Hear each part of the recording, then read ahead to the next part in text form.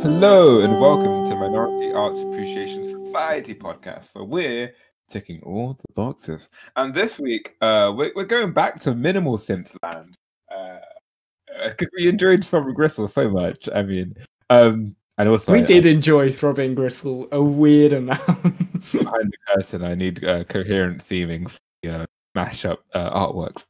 Anyway. But this time it's more like punky no wave than minimal, and I guess I'll start with like we're just gonna jump right into the discussion because it seems like this is gonna be quite like a fun discussion. Right before we started recording, Matthew said this is gonna be a hard one to talk about. Did you say? I think I said this is gonna be a hard one for me. I mean, I don't know what that means. I'm super excited.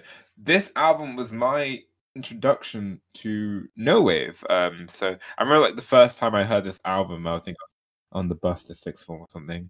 I remember thinking like, yeah, what would it have been? How would you dance to this at like a concert in like the 70s? I think now that I'm more used to it, I can kind of imagine what it would be like. But yeah, I could imagine like oh yeah, dude, we're gonna see this cool band, and then they get on the stage and just play like just loop the same two things for like 9 minutes and scream at you. Like I don't know. I've never been to a concert that like avant-garde interesting where you're also meant to like dance or mosh or something. So I just wonder what that was like. I guess the closest I got was like Julia Holt, which is like avant-garde but like big strings avant-garde. So it's like playing and kind of like a hippie vibe.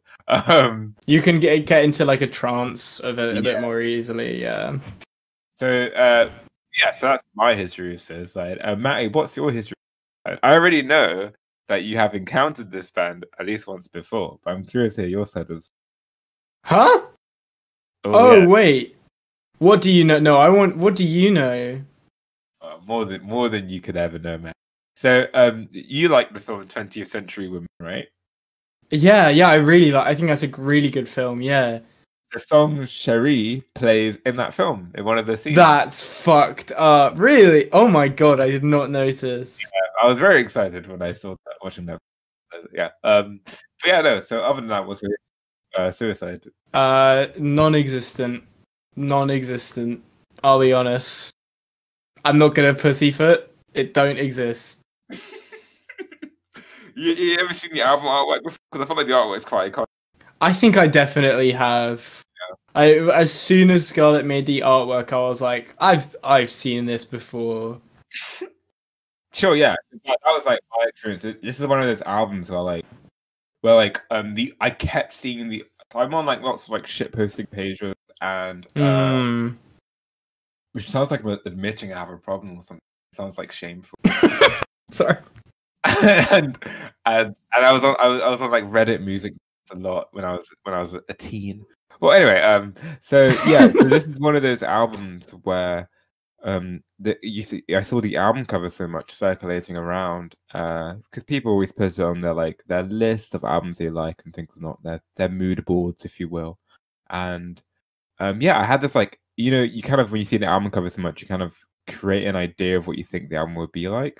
So I had this image of this being like a fucking brutal album, with like vocals that are like guttural screams and rapping about dying and horribleness and then I listened to it and it was just like really chill.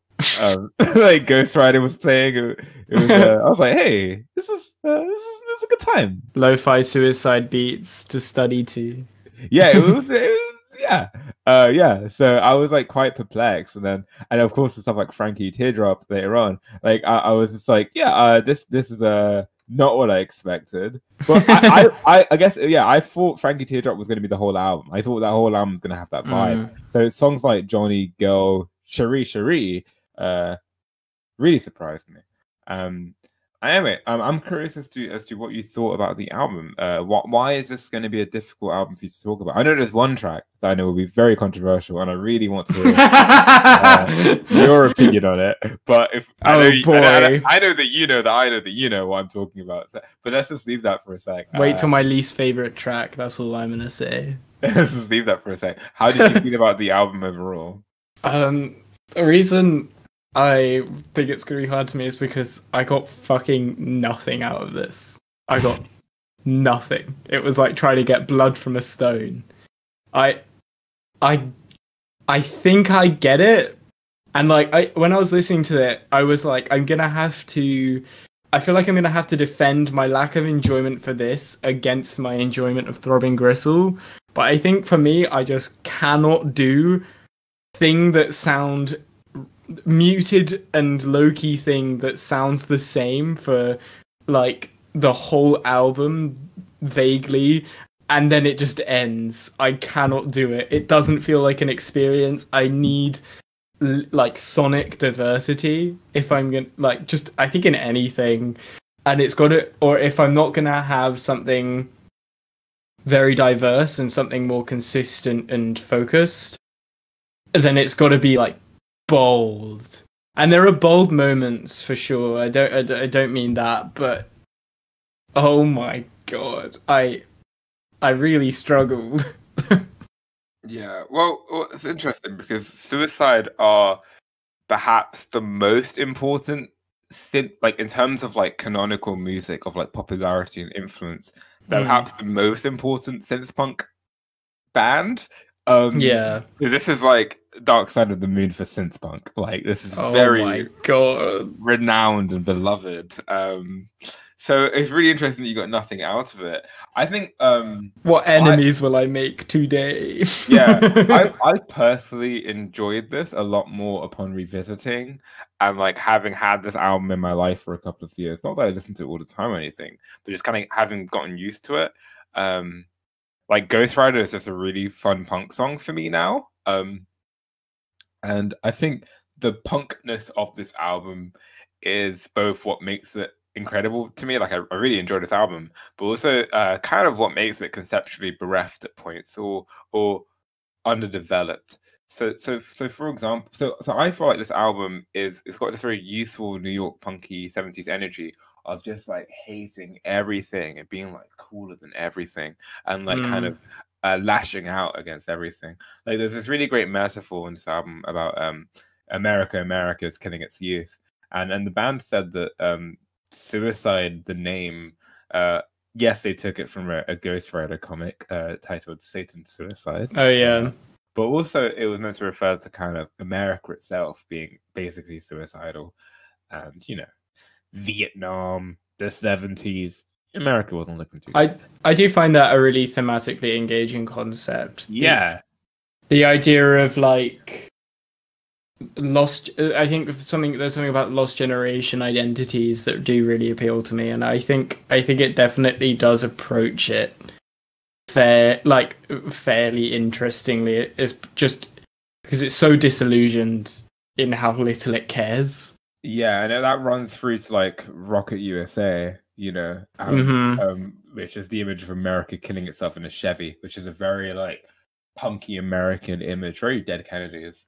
But unlike Dead Kennedys, they don't really have and kind of a limitation of a lot of kind of punk mindsets. Like the reason why people like what's the name of the dude from Sex Pistols who wrote Johnny Rotten? Yeah, the reason why people like Johnny Rotten haven't aged well at all is it's sort of too much fixation on deconstruction and I completely agree. And not enough like constructive evaluation and the final track Che is probably where that the limitations of punk kind of come in, where you come out of this album feeling a bit centristy, like it just stands for nothing and is angry about everything, which is very like 70s punk. I mean, they're literally boomers, right? But that was a really disappointing track to get to, and it sucks because I think it's a good song, like sonically. If I just don't listen to the lyrics, I think it's like a cool outro. But when I actually like read it, and I was like, "Fuck, this is kind of whack. This doesn't really make any sense."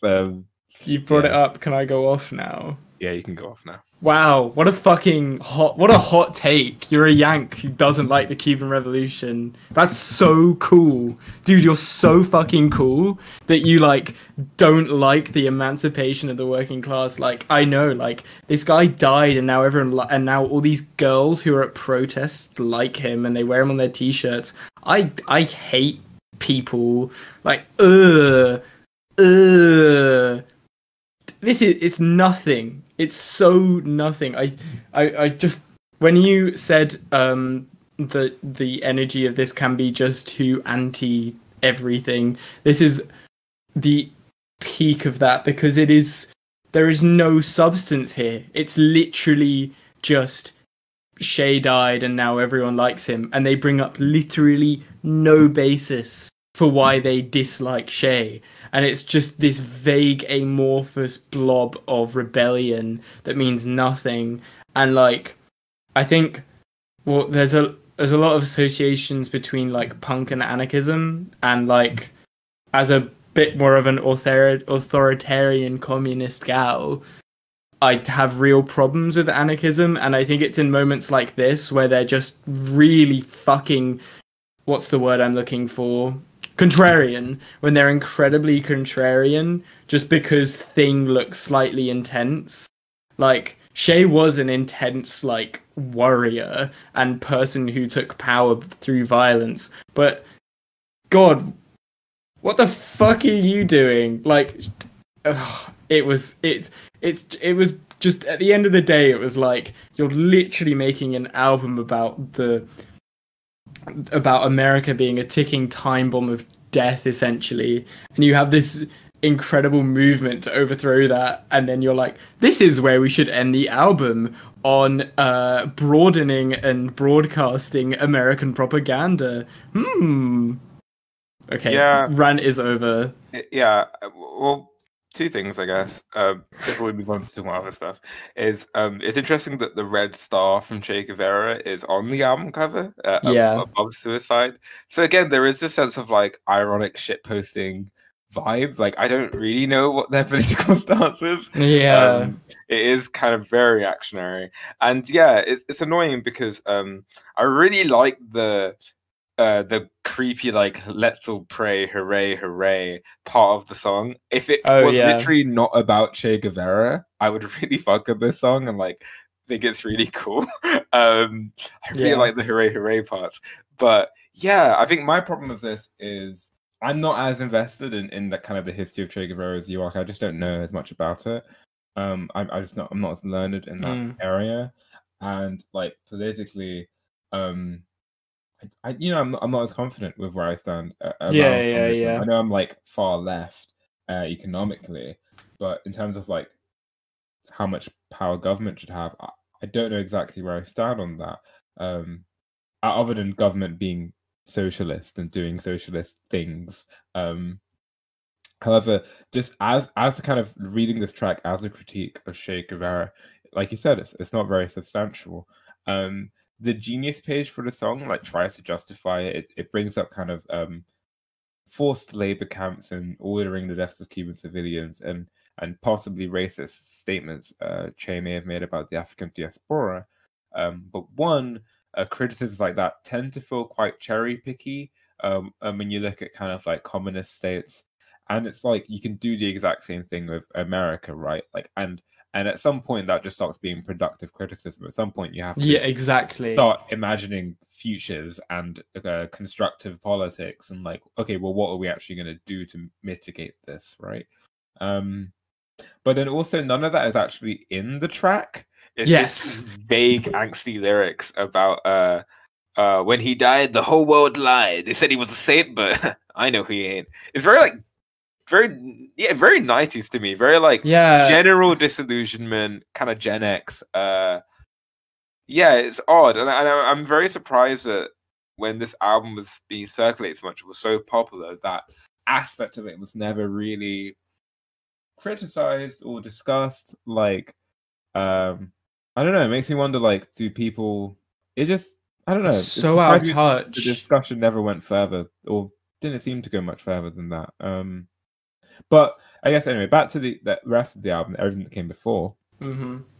Other than the America it's killing itself theme, which I really like, and I think is a really good critique, especially of capitalism as this machine that just kind of like drives itself into a kind of meaningless death. And lines such as America it's killing its youth like feel especially relevant today with the rampant murdering cops have been committing. it really does just feel like America is eating itself for no apparent reason, because cops are American and so are African Americans, obviously. So literally, currently America is killing itself, and it's very sad and frustrating. So I really like that metaphor running through the album. I think that's still quite potent, and I really like the sort of psychobilly vibe a lot of this album has. So are you familiar with the genre psychobilly? No, but as you say it, I think I get it. It sounds cool. I actually quite like that as a term. So the main psychobilly band that I'm into and is popular would be like the Cramps. So it's very like kind of like David Lynch Southern vibe, where not that David Lynch is Southern, but think of like how a Southerner would be portrayed in a David Lynch. Wild at Heart, like Wild at Heart. Yeah, like Wild at Heart. Dude. Kind of like the Southern drawl and maybe like white trash aesthetics, but being played very like freakily, like very like unsettling or slightly pulpy horror, kind of like a Rob Zombie kind of film vibe. And yeah, so it worked. So you have like country, which are normal hillbillies, and then psychobilly, like the Cramps, or in my opinion, something like Suicide, playing that weird punk music, but also doing the kind of Americana vibes. It's like some examples of this. I think a track like Go, which really has like a scuzzy, sleazy dive bar energy that lots of psychobilly is renowned for, where it's not even like predatory or creepy. It's just very like sleazy, kind of greasy. You can imagine, him trying to seduce a girl at a bar, like a really filthy table topper. And then like Johnny describing the sky, oh, he's cruising the night looking for love. He's looking so mean. He's looking so tough. And like, you can really picture this is very like, I don't know, Americana masculine image, which I find really entertaining, and I really love how that classic American image is juxtaposed with like the kind of hushed, strained vocals throughout this entire album, which I adore. So eccentric and very like punk in a way of being like anti-rock being anthemic or energetic, just like it's very stifled and like tense. Yeah, so I mean, and speaking about this album in broad strokes, those are the reasons I really enjoy the album. And I hope that kind of, as someone who didn't get anything out of this, which fair enough. I mean, I had the same experience with the film we covered. Yeah, when I listened to The Warrior, yeah, The Warrior. when I was listening to this, I was like, dude, I'm so glad Josh had that experience where he just had nothing to say, because you had more than nothing to say, but you know what I mean? Like, it made me feel better about just like, yeah, I just flatline didn't enjoy it. But yeah, did that kind of explain it at all? Or? Absolutely, yeah. I think I do quite enjoy your comments on it being quite deconstructionist. Like, this is, I think to give credit to the anti-ness that I just so recently criticized, I do quite admire how bold it is in its punkness, because it is so objectively a punk album in how vehemently it rejects like noise and sound, and when it is employed, it is to like shock you and jolt you in a very punk-like way. I don't think it works, but as a exercise and as a like, I think as being emblematic of their perception of America, I think I can respect it and admire it. But as a sonic experience, I do not like it. Definitely like coming off of like 70s rock, like stuff like Pink Floyd or later Led Zeppelin stuff, where they're really gonna give you like satisfying riffs, and like the songs will explode and be cathartic. This album just refuses to explode in a satisfying way. It keeps on the build up of a roller coaster and never fully goes down. And when it goes down, it's like, oh, this isn't the kind of down I wanted. This is the fun rock moment. Mom, come pick me up. Mom, come pick me up. People are doing drugs and murdering each other. Please pick me up. But yeah, anyway, so yeah, even though you didn't enjoy it, I'm happy that you got kind of to encounter it, and we got to kind of discuss why it works for some people and why it didn't work for you. So I hope I could provide some articulation of like why I didn't like it. Yeah. Are you happy to move on to favorite and least favorite tracks? Yeah, I am indeed. So I'll start with my favorite tracks. So in the order in which they appear, my favorite tracks are Ghost Rider. So one thing I love about Suicide is while their name and some of their songs are incredibly edgy or disturbing, when you actually dive into their stuff, there is a really dorky, pulpy energy underneath it all. Like this song feels like it would fit right into like a pulpy Rodriguez film or something. And yeah, a song about comic book character Ghost Rider with lyrics such as "Baby, baby, baby, he's looking so cute." I mean, are completely like irreverent and tongue in cheek and like fuck it, which a punk energy, which is fun, maybe not always productive or intellectually satisfying, but a fun aesthetic which I can always get behind. And again, that refrain of America is killing its youth is so good to me. I really love it, and I almost wish the song was a bit longer. I understand the whole album is about stifling the cathartic rock moment, but yeah, this is a really pulsating, energetic, and fun intro, and yeah, I really love that song. Next up, Cherie. Like most people, this is the first song that really got me into the band, and I still love it to this day. Lines like "my comic book fantasy," "oh I love you," "oh baby," like it's slightly like creepy and hushed, but also like maybe genuinely romantic. Like it kind of takes the American love ballad of like a Frankie Sinatra, and makes it something kind of sleazy, but not entirely egregious, just kind of something a bit darker, right? And it's a really nice track. It reminded me a bit of kind of Hot on the Heels of Love, of kind of a love song that you can't really tell if it's ironic or not, because it's so like it's just him singing baby, and then like as it goes on, the babies become more and more strained, where he's like he's like really, it sounds like he's pushing something out. It's not a romantic vibe. Yeah, I guess I like that. I kind of like the irreverent approach to like an unapologetic love song. Like it really plays between irony and not irony. I guess genuineness. What is the opposite of irony? Anyway. Yeah, that's hard to say. And then finally, my favorite track on the album is Frankie Teardrop, the epic sort of centerpiece of the album, and easily the most conceptually exhilarating song of the album, and conceptually satisfying as a critique, I'd say. And I think this track itself, I thought you'd dig this track, because I feel like this is really the music equivalent to Matty Cool. At least I don't love all of the Matty Cool films, but like taking those feelings of discomfort that you like in films a lot and putting it in music form, I really feel like this song is that. I actually see what you mean. I do see what you mean. I love how oddly laden with humor this track is.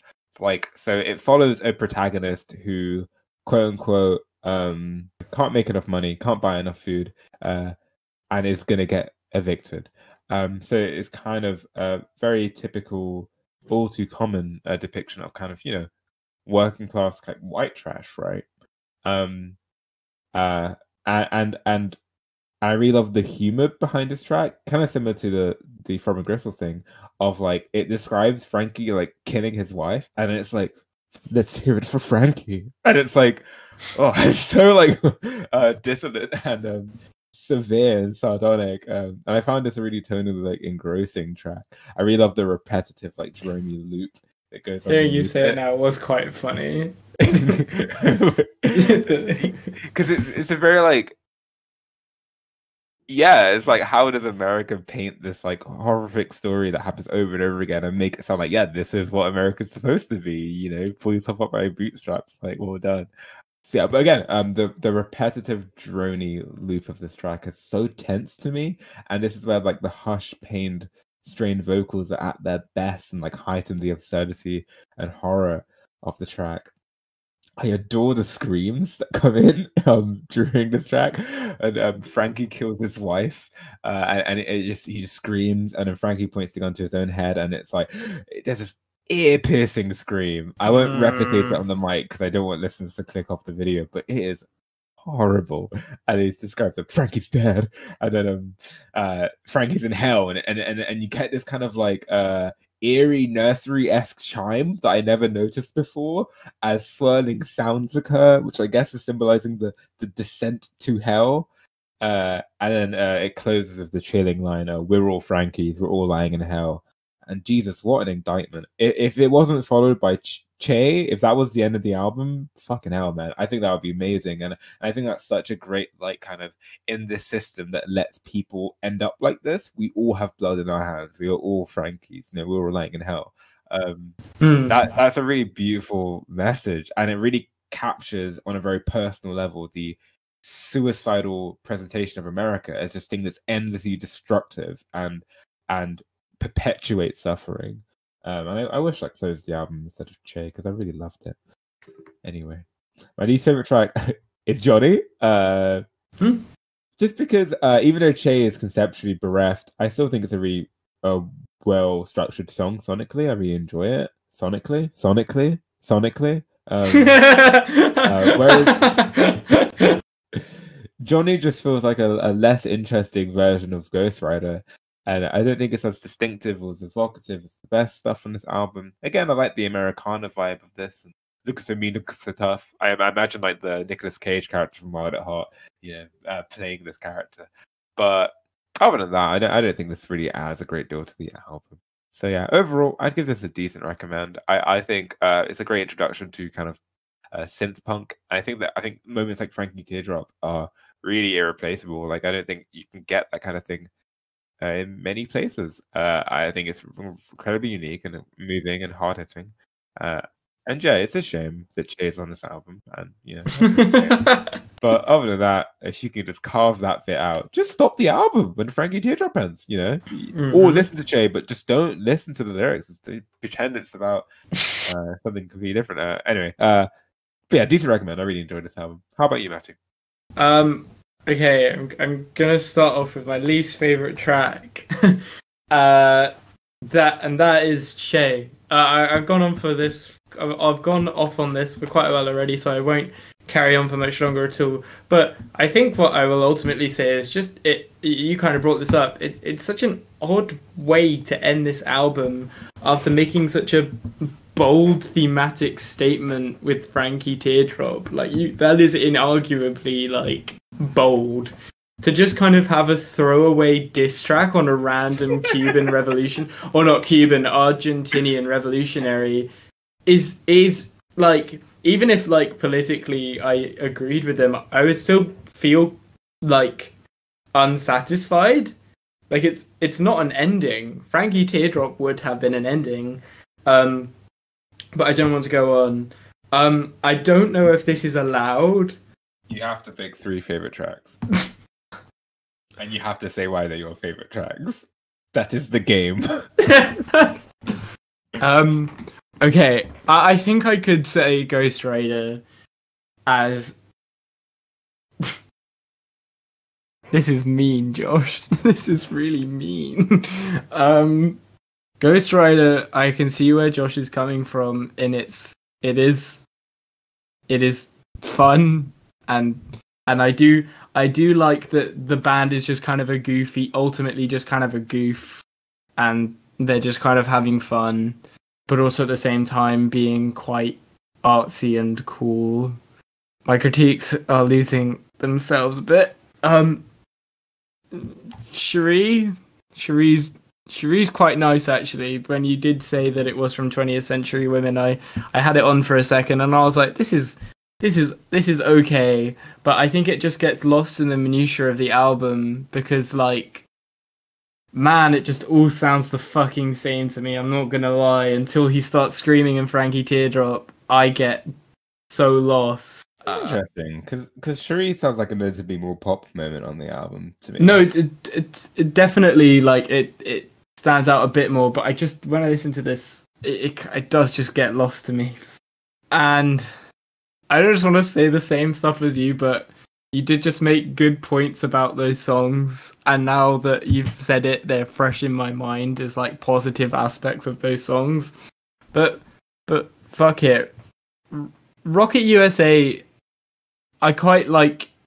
I don't know. Actually, no. Yeah, I do. I appreciate the disillusioned themes of Rocket USA. I think like for me, this is like if the Strokes wrote The Great Gatsby and just like made something about how like how much of a inherent contradiction in America is in with itself. Like The Great Gatsby was very much centered around the frontier, and this is sort of a more like social and cultural damnation. And are you also referring to the part where Gatsby accidentally kills someone with his car? Yes, I am. Did Gatsby drive a Chevy? Well, no. So Daisy accidentally kills. See, in my memory, Gatsby went on the killing spree there in that novel, but maybe I just fell asleep. But it still works, you know, it still works. So yeah, I genuinely do appreciate those themes of the album. It's just a shame that they're along with Shay, because I think other than that, you at least have some decent political statements here. I'd also just want to say that Josh, I really see what you mean about Frankie Teardrop being like Matty Corbett in a song. But God, I felt like I was being imprisoned with a man I didn't like occasionally screaming at me, and it was terrible. I didn't enjoy that. You know, I think in a weird roundabout way that is a compliment. Anyway, so you'll recommend. I would give this a cold not recommend. I cannot. Like I just there is zero recommend here. There is zero recommend. That like I feel into this kind of thing. It's just not for me. Oh, well, awesome. I'm a huge fan of like Roger Ebert and Siskel's reviews. I love it when they thoroughly disagree on something. Yeah. Like when they fought over Blue Velvet, and Siskel's like, "No, Blue Velvet's good," and Roger Ebert's like, "No, you're a fucking idiot." And I really enjoyed that. So I'm happy we could like conclude divided.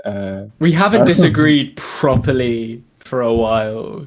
Yeah, that was a good time. Anyway, yeah. Next week is my week, my switcheroo episode. Woo! If you don't remember, our switcheroo is when normally Matty picks the films and I pick the music, and this time I'm picking the film. Fuck yeah! So next week, Matty, you already know we're doing a Paul Thomas Anderson episode. Woo! And in preparation for our Fiona Apple two-parter, the two dated in the late 90s and early 2000s, and Fiona is recently on a record about the toxic relationship that she had with Paul Thomas Anderson. Whirlwind and excitement, you know, doing cocaine with Tarantino. I mean, we'll get into that when we get there, right? But yeah, I want you to guess what Paul Thomas Anderson film do you think I'm going to make you watch? Sorry, I'm gonna guess The Master. How interesting. Good guess, but no. We are going to review next. Well, it's hard to say because all of his films feel like people say they're his best film. Yeah, 100%. I really think we're gonna review Magnolia and his 3-hour opus. Yeah, about his dad. I picked this because I think this is the last film he made before his transition into like 2000s Anderson, who is, in my opinion, with Punch Drunk Love and onwards, he moves into a completely different stratosphere of like quality of filmmaking in terms of like really defining that aesthetic of American kind of artsy filmmaking, kind of like Nolan, but good, if that makes sense. Like in terms of like doing the kind of film that's are accessible to people, but also you feel smart and artsy watching them. And Magnolia was kind of, in my opinion, the last of its like 90s films, which I really enjoy, but they're definitely like, you can definitely tell he's a younger director. He has made so many films that are just like, wow. Yeah, because you got, this is pre There Will Be Blood, Punch. Yeah. The Master, which are all like renowned as like iconic, like kind of like modern classics, right? Mm-hmm. But yeah, I think Magnolia is while in terms of directing, he wasn't quite at the level he'd be at Punch Drunk Love, like specifically with like cinematography kind of stuff. He got really confident in that. Magnolia is where I think he got a bit more experimental, pushing kind of the boundaries of a mainstream American film. So we're gonna review Magnolia. Yeah, I'm really excited. I'm really, really excited. I think we're gonna have to have a long one. It's gonna be an intense one. Yeah, it'll be good. And also, I guess another reason I picked Magnolia is he made this.